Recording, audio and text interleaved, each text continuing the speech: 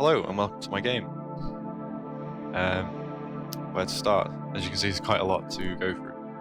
Starting with the main menu, I definitely wanted to have a decent enough menu where it was visual. It was like the first thing that the player was going to see. So I kind of went all out with it. Added options, added on-screen options. I left this in so you can see the limitation I had on the actual main menu.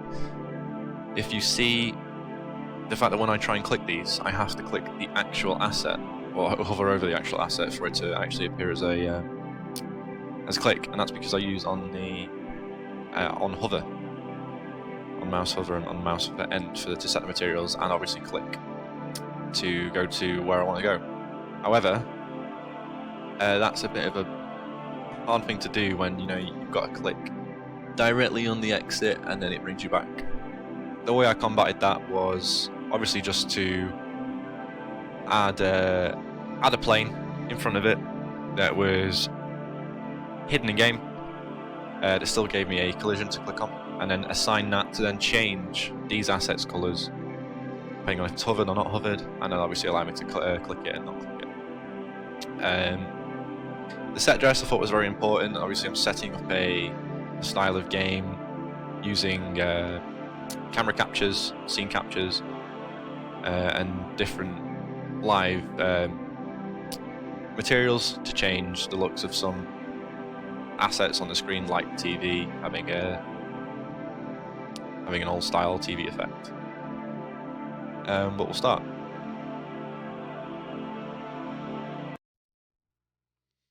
So to start off with, you're basically in where the level showed you before, and you can't move. You're obviously on a chair, an office chair. You sat down. You look around and you go, all right, okay. Yellow circle to indicate that it's a pickup. So I'll press E on that. You wear it. And this is where it might get a bit confusing because it's going to play my voices through the. Try walking around the room using your virtual controller. Choosing my voices for the tutorial, obviously because we're playing this on the package build. I can't go out and unplug those, so I'll just try and talk over them. So you look around. I've just told you to walk around, check out your environment. You see this, your mirror. You go, oh, okay, I can't go that way. This also shows you that you're in like a little hologram VR simulation because everything just looks a bit blue. This is where I also made the meshes. Tried my best to make them look as holographic as possible and had a little effect to them. And then I borrowed that to make the scan lines for the material on the TVs. So trying to use spatial UI because I don't really want to clutter up my screen. So most stuff that you see is symboled by something somewhere or something that kind of shows you what to do, or even me telling you, instead of having loads of text on the screen that kind of gets in the way. There you are. You might not know who I am, and you might be wondering where you are. I found you floating in the interdimensional rifts of VR space. Yeah, the story's a bit cheesy, but there you go. I managed to stabilize your real-world self. However, it seems your cognitive self, the self you are controlling now, is stuck between worlds. I managed to bring you to this tutorial world, used for introducing new users to the simulation. I know for someone of your caliber, this might seem unnecessary. However, we need to sync you back up to the system to get you back to the land of the living. So there's a little interjection of what we're supposed to do. So open the door. And walk in, we have a button. Another me. Press that. Okay, maybe I haven't got as much access as I thought I did. On your left, there should be an emergency access panel. Let me open that for you. See a button here, press E to open. I haven't changed the texture renders, that's my fault for having bad time management. These are also going to be damage. Things that you damage if you jump over them, but again, I don't even have a health system in the game at the moment. So, that's a big problem. Another button here, press E to open. Like, who knows what's going to open. But we'll just guess that we go back to that door. And it did open. Walk down here. Another room. So, try everything, you try pressing all the buttons, and then I'm guessing you see it and you go, oh, I can't go through that. So you crouch. Big problem, I haven't even told the player how to crouch. However, hopefully they can figure it out. If not, that's my bad as a game designer. So you walk in here. Can you hear me?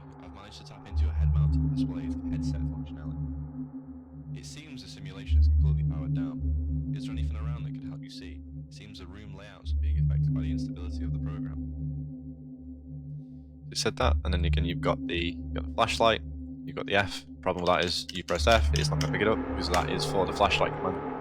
So hopefully they remember the E from before to activate buttons. E will give you that should help. the flashlight, and you press F to activate it. Go in events. This should go without saying, but watch your head. The voice lines aren't perfect, they're also very quiet. There's a big issue. But they're there, nonetheless. You drop down here, go, oh!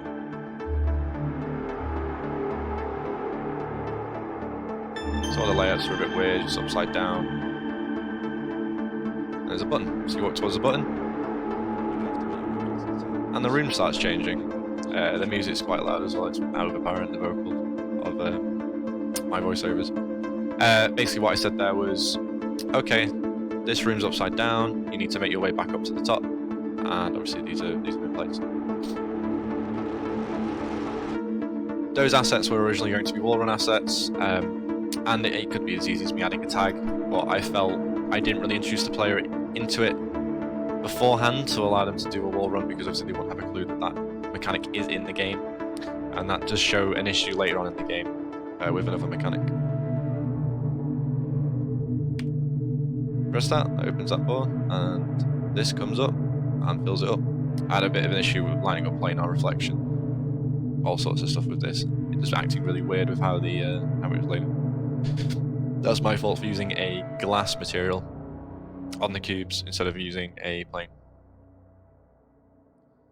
This was going to be a little target practice. This gun was going to fall down when you press the button, but that's my problem. Obviously, it's not dropping down, is it? Yeah. So you walk there. I'll open the door to the last part of the tutorial. You see that car in front of you? I've managed to implement your real-world car into the simulation. Try using the interact button to enter. You remember how to drive, right? It's as easy as walking. No, really, try it. So, for some reason, I decided to add a car to my game.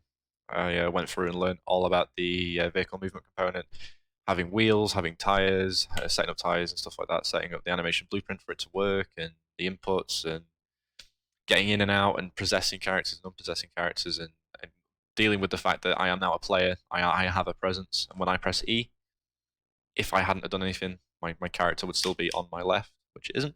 It teleports it to a realm of 000 in the world and removes it from play. So this works just like driving, as I just said on the voiceover. Works as easy as driving. It's easy as walking. So forward, back, left, and right, just as you would. A little problem with the collision here. It does cut in a bit early. They are used to charge vehicles in the real world. They use reserve Shit, they found me. I've got to go. See you on the flip side. That was me trying to interject story and it not really working. In the level, it does get shown in the actual main level.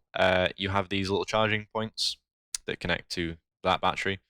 That battery also needs rematerializing, but I haven't done that. It connects to that, it charges it, and then this car will now hold a charge, and then you can go and use that charge on a device that could be powered, like a door, or I think another thing I use it is to power bridge controls and remove barriers and all sorts of stuff. I had quite big ideas for this, and the scope was outrageous.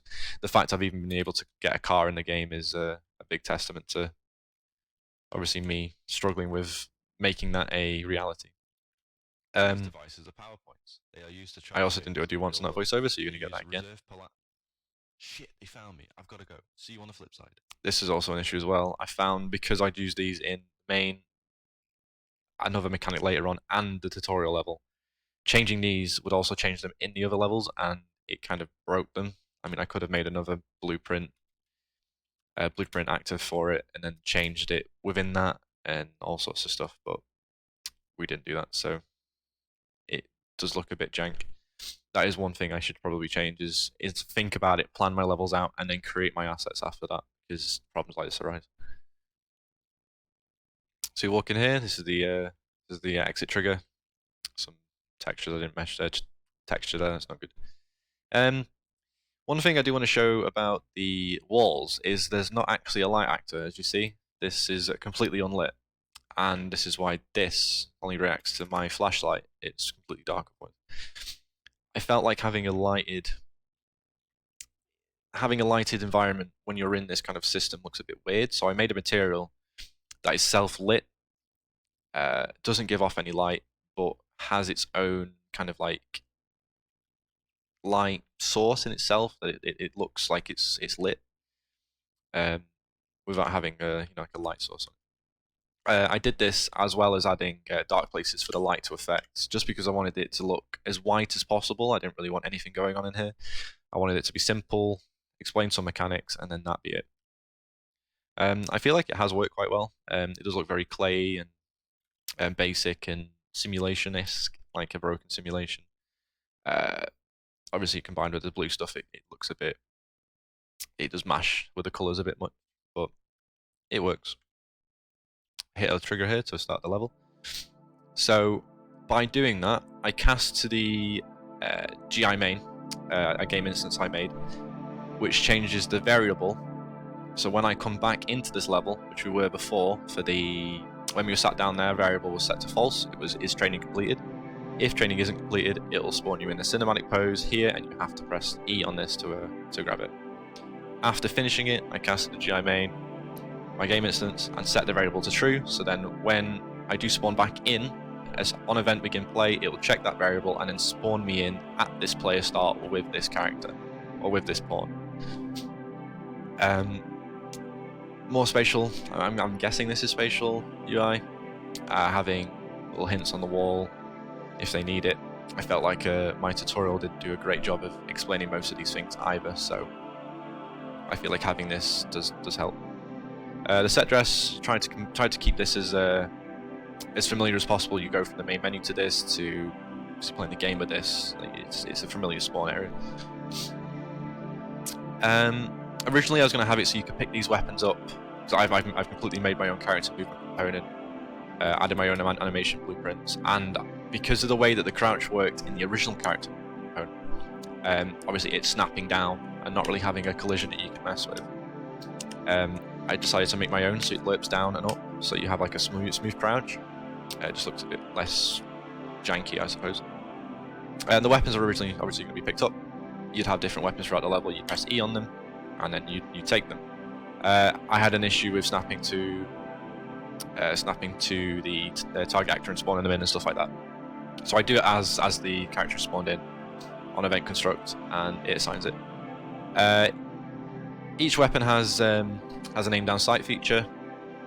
This proved a big issue because of the way that this weapon has an arm pose for it, and this weapon has an arm pose for it. Obviously, they need to be in different positions for different animations. So by doing this, I'm obviously not going to the center of the screen. However, this one is. It was just animations were not my strongest point, and I overscoped I overscoped with all of those. So it is what it is. It works. It has bullet decals. It also has tracers, and it did have a reload feature with a reload animations, but that seems to have broken in my latest build. I have been moving files around to organize it for the submission, so that could be it. But yeah, there's tracers just to show you where the bullets are going. There's also a random recoil. When you press R, it just reloads. It's just not playing the animation. Yep. Random bullets go different places. I felt like having a bit of a different weapon system than the one that was in the first-person blueprint fit this game more, allowed me to put in combat scenarios with actual weapons, and it helped me learn animation blueprints and blend spaces and messing about with lerps and stuff. So that really helped me with that. Looking around, you look back on the keypad. Buttons are interactable, used to trigger events in the world. So you look behind you, you've got a few buttons you can press. You walk up to it and it goes, it'll tell you what to do. That's more spatial UI. So press E to drop the car lift. Drops out car. And then you have a button here. Press E to open the garage door. Garage door opens. You can then get in the car with E. And then start driving. My biggest issue with obviously the car is usually it'd be a third person perspective, and that would break the brief. I thought if I contained and kept the first person perspective and added that into the car, then I feel like it still kind of flows with what the brief wants. It's still a puzzle game. and then I've got puzzle mechanics on the car, and it's just a cool mechanic to have, and it's helped me a lot with learning how the engine works. Driving around, the flashlight comes onto the car as well, so that you share a lot of the input actions with the car. You turn the lights on, go around, stuff. More spatial UI, so you've got the thing at the bottom right with the power, so that's your charge level. And again, the tutorial wasn't great with this. I didn't really explain a lot of things properly, so I can basically go around and tell you. So these are the charging points that were told to you before. Big arrow on it to say come here. Do that. You go through to it, and it charges the car. Sets a variable. Sets it to charged. You come down here, and you see a block, and you see, oh, okay, right, I can't really go through there. If you remember back to the thing, it says go and talk to NPCs if you're stuck. I think you might have forgotten something before the checkpoint. Have a look around. I had a problem with getting the player to go over there, obviously, because I can't just say go over there. There's a VR headset, and have a job done. I needed to add some level of mystery just so the player spent a bit more time exploring the world. Obviously, because I've done a lot of set pieces and there's loads of NPCs just kind of about and doing animations and stuff. Just kind of like a bit of life to the level instead of it being a bit dead. So I decided to kind of have it as like you explore and you finally go around, and then you see the yellow holographic pickup indicator, and with that you can now go and say, oh, okay, well I pressed E on that before, I can press E on this again. If you press E, comes to you, and now you have that with you. You walk up to the NPC. I wanted to do full voice acting, but that kind of fell through, so I use text renderers, and obviously with having an animation, he's kind of going through it, so it makes it hard to read.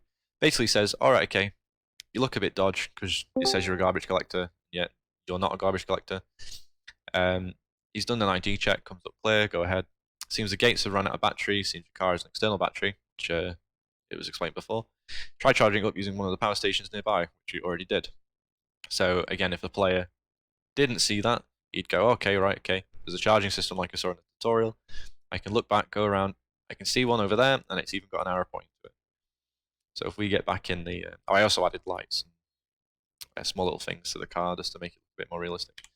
And it also keeps the light thing, so if you want to light up an area, say like over here, it's a bit dark, press F, and it sticks.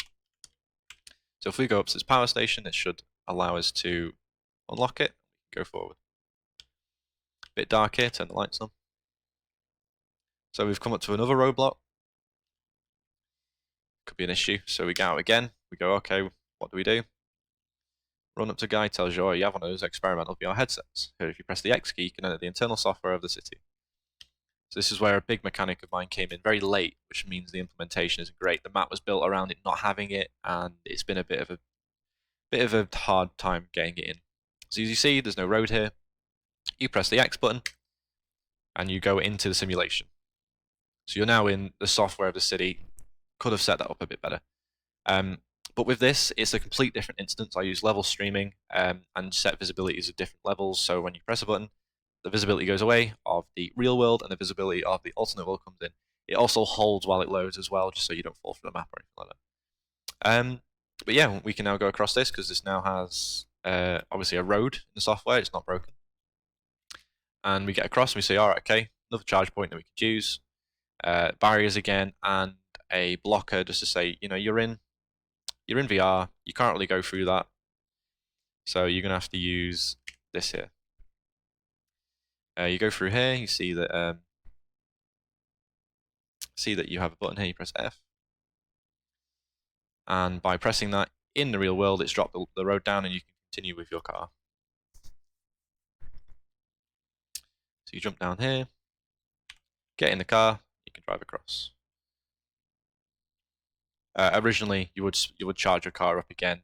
I haven't added the charging point, so you can just kind of go here and it unlocks for you. You go around the corner, and you have... I wanted to introduce a dynamic soundtrack into the game, and this is mainly where it's going to work. So you'd have like an idle world theme. You walk through here, and the action combat sequence starts.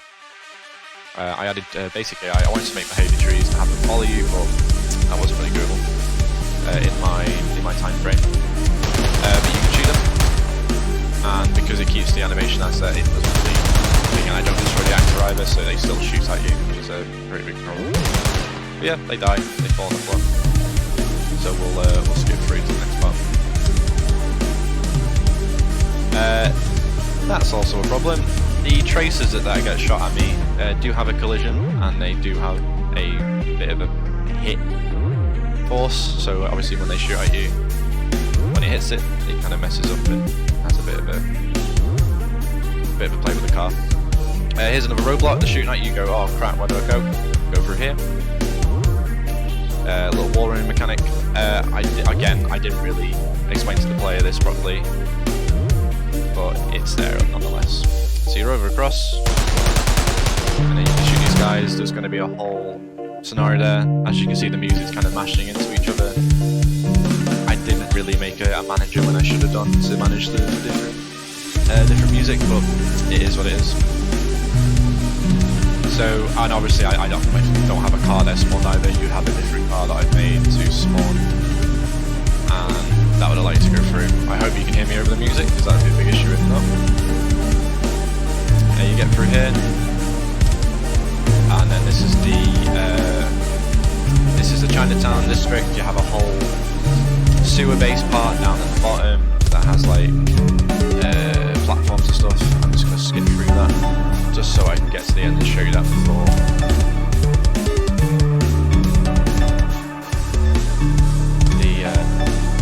I get to the end of the game. Jump on here. And this is where it kind of fell through, having to implement a mechanic that wasn't originally designed with the map. It made it a bit of an issue with allowing the player to kind of see where to go. So I'll just kind of skip through this part. I'll talk about it more in my form thread. Let's go through the development of it and how my time frame kind of went away, and I have so much more ideas for the scenario that would happen. You walk into the end level trigger.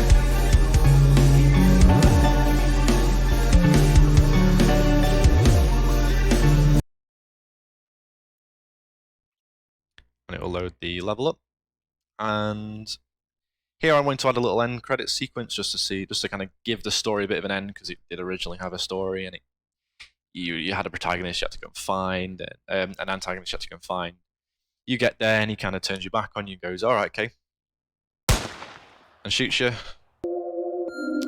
And then I have a sequence that plays that does the credits, because obviously I have used a few assets from different people.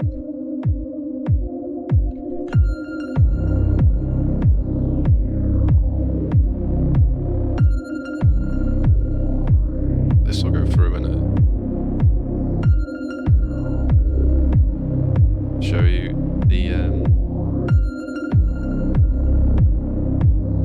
the game's looks and stuff, which I think is what I pulled off the best.